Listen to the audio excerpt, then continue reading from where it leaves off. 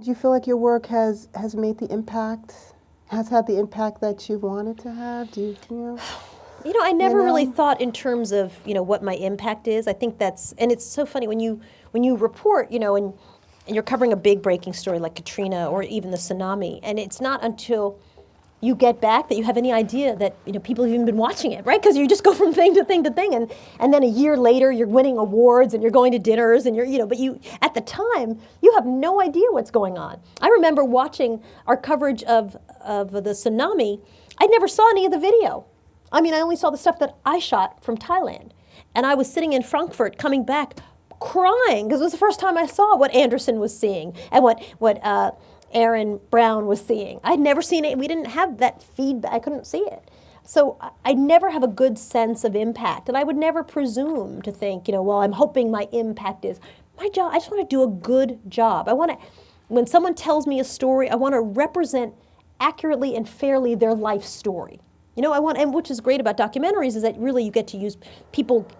You don't have a minute 15. You have a lot of time to flesh out someone's story. I remember when I was growing up, when a serial killer would be on the loose, right? My mother would literally be like, "Oh, Lord Jesus, do not let that man be black. Oh, please, Lord, do not." But that happens with every major shooting. You're like, please, God, do not let this, because it matters. Because it matters. Because white people have 100 images, black people have 5, Latinos have 3, Asians have 1, Native Americans get nothing at all. And so it matters because there's only 5. So yes, if one of those is serial killer, that sucks for us all. So, and trust me, if there was some version of whatever, the black version of Britney, it would be, an embarrassment to us. That reflects on us. And so my goal is to stretch that 5 to 50 so that we have more stories. And it's not, I just want to do the positively spun ones. I don't work in PR. I do stories that are genuine news stories.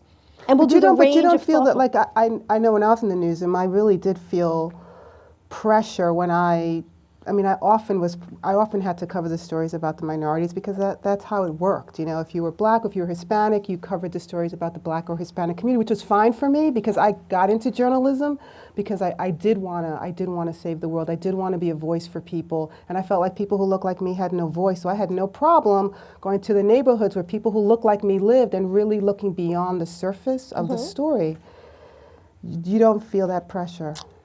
I mean, it was a wonderful pressure that I love, but I think the pressure is, I would just say, I felt exactly the same thing, but for me, the pressure was not to change the world or save the world, it was to tell those stories fairly. But by telling those stories fairly, you are changing the world. You are making the world a better place because the reality of what kids who live in poor neighborhoods see, or what I saw, was images of black people drinking, smoking, drugs. Everything was bad. We were all the same. Reporters would come to my neighborhood when something bad happened, and they looked like they were scared of us. I mean, they were always white, and they looked terrified of me. And I was like a little Catholic school girl. I mean, they just didn't see, we were all the same. And I would say that's always been my agenda. I never framed it as I want to change the world. It was, there are great stories to tell here. And guess what? They star people that look like us. And they're really interesting stories. And not all of those stories are about crime. Some of those stories are about great talent and great passion. Some of those stories are about great loss and hope and friendship and all, And so let's pull it out to 99 stories that we have to tell, not just the 5 that everyone's sent out to cover all the time. And if, in the meantime, you change the world, great. But really, my agenda was always, let's just get it right. Get the Change the World Award. Yeah, and that's not the agenda. I'm waiting for that. I mean, I think you really have to be, you have to just say, you got to tell the story no matter what the story is.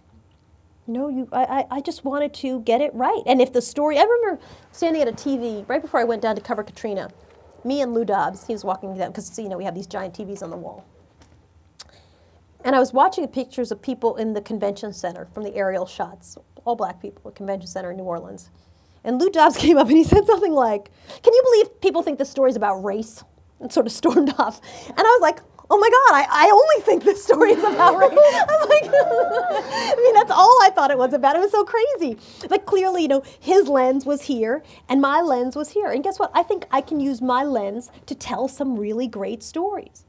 But I'm not going to go in with an agenda of, let's highlight really great African Americans. No, let's just tell the stories that exist there fairly and stretch the number of stories that are told. And that I think I can do. You know, and sometimes, you know, you bash your head against the wall because you're pitching, and, you know, even though I have a unit, you don't always get the stuff you want on, but you know, that's my agenda. That is my agenda.